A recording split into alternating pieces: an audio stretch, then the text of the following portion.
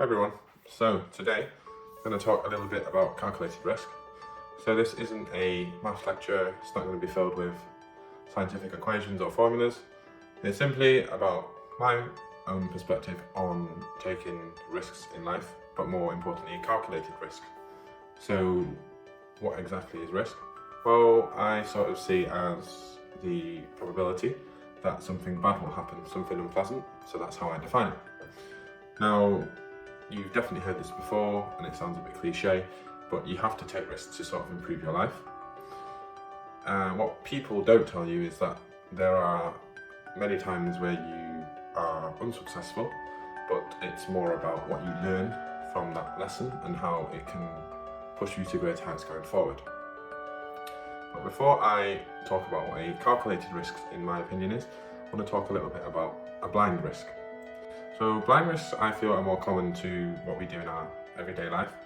It's more emotional driven. So an example would be gambling. There isn't too much thought process behind. You wager your chips on the table, and if you win a large sum of money, or you can lose the money as well. But I say it's an emotional decision because it's sort of driven by three different emotions or states, I would say. Desperation, driven out of greed, and also negligence as well.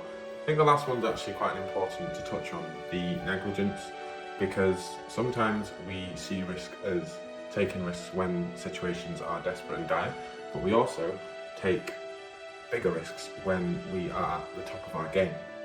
So, for example, we have the main character energy when things are going well, that we have assumed a god complex and our ego completely blindsides us into thinking rationally. So we think whatever decision we make will turn out amazing and it will be 100% successful, which clearly isn't true. So negligence is quite important because if you have that god complex, then sooner or later it will lead you to your demise. So then that brings us on to calculated risk. So obviously we know that risk is never, decisions that you make are not 100% risk free, but 80% risk free is actually good enough in sort of a real world setting, because to achieve 100% would be, in essence, perfection, and perfection doesn't really exist. But calculated risk, the main concept I would say is it talks about thinking before feeling. So in terms of thinking, it's a lot more logical approach where you're looking at the risks, the reward, but then also the third variable that I would say is looking at what resources you have, which I'll talk about a bit more later. I think in general, the problem is that people are unwilling to take risks because they feel that something bad is much greater than something good happening. However, if you're too safe, then you essentially won't really progress in life. You're not moving forward, and you could also argue that you're not moving backwards. However, if you sort of look at it in relative terms, if people around you are all taking risks and some of them do pay off, then relatively compared to them, you will be moving backwards because they're moving forward. If that makes any sense. Bro, what are you talking about, man? So a good example would be some really big companies back in the 20th century that haven't really evolved with time. So if you look at IBM, for example, they're no longer where they used to be in the stock market. Blockbuster sort of collapsed after Netflix announced itself, and that was sort of because they didn't continue innovating, or they thought they had such a strong foothold at the start of the 20th century, they just felt that they didn't really need to improve. So they were quite dismissive of what Netflix, their objectives and goals, and just thought that it didn't work. So that is, I would say, negligence. So then when you take a calculated risk, there are some things that you would think about are, so the logical aspects, gathering facts, not opinions. So that's sort of the knowledge and understanding of the actual risk itself. As I said, it's quite factual driven and there shouldn't be that much emotional judgment with it. Speaking of judgment, that's where common sense comes into it. When you're looking at the pros and cons, do the pros outweigh the cons, or is it vice versa? But then the third thing that I mentioned briefly is about resources, and I think that's very important because when you are making a decision about risk, you have to be quite realistic. A lot of us might think too optimistically, whereas I personally, when I take calculated risks, I'm much more of a realist. So what resources do I have? what sort of time, energy, money do I have, and keep sort of realistic to expectations. So I would say it's sort of like before deciding to jump into a pool, you want to check the water depth first. So that for me is a calculated risk. A blind risk would be like, right, I'll just jump in the water anyway and see what happens. So then how do you actually start taking calculated risks? Well, I would say that you start off small, almost like a pilot scheme. So you want to try and decrease the risk and then build momentum from here. So if you have a decision and you think it's quite high risk, you start thinking about what can make it a bit lower risk. It also may come with lower rewards, but for you, if it's the first time that you've done something, it sort of eases you in. And then you want to think of a worst case and best case scenario. So that's sort of two extremes of thinking, but it's quite important, especially with the worst case scenario. The second question that you have to ask on the back of that is, can you actually stomach it? So for example, if you want to invest, let's say you want to invest in a stock and you have £1,000 to invest in a stock that has loads of promise,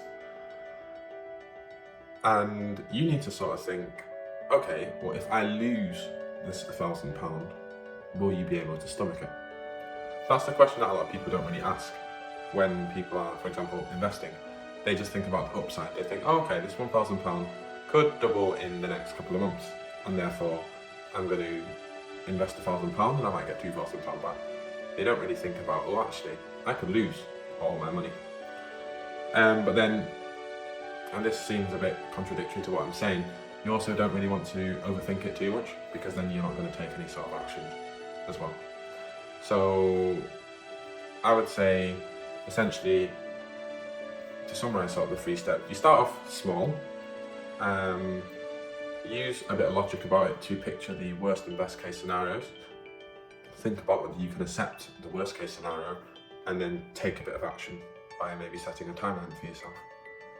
And then moving on about the risk reward ratio, that is basically a ratio of the probability that something bad happens and the probability that something good happens. So it's not as straightforward as just counting up how many risks there are and how much rewards there are. I mean, it definitely helps because it helps encourage that sort of logical thinking. If you think, oh right, okay, so this decision, it has 5 pros and 3 cons, so therefore you think, okay, so overall speaking, it's a good decision. However, I think in reality it doesn't quite work like that, because you have to think about the impact of the risk as well. So for example, there may be one large risk that outweighs all the other small rewards.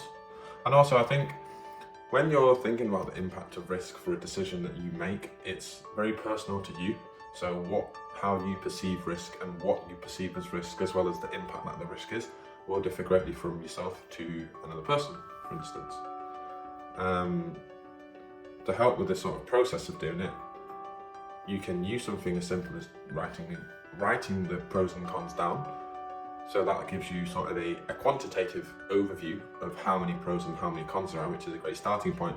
But then you probably then need to look into a bit more and think, okay, so what is the impact of this risk? And you could label it from 1 to 5, for example, with 5 being the highest risks. The aim of that talk was to just shed a bit more light about risk-taking in general life, but more about the concept of taking a calculated risk with a bit of thought. I would say with a calculated risk, the 3 main messages I would say are logic over emotion. That's probably point 1. 2 is to sort of be realistic about what resources you have. So it's getting the most out of what you have available.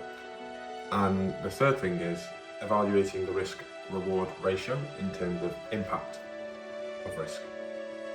And hopefully with these points in mind, it can help you to start applying this to your daily life, thinking about some of the decisions that you have to make on a daily basis, and hopefully it can encourage you to take more of a logical stance and provide a bit more clarity when making these decisions.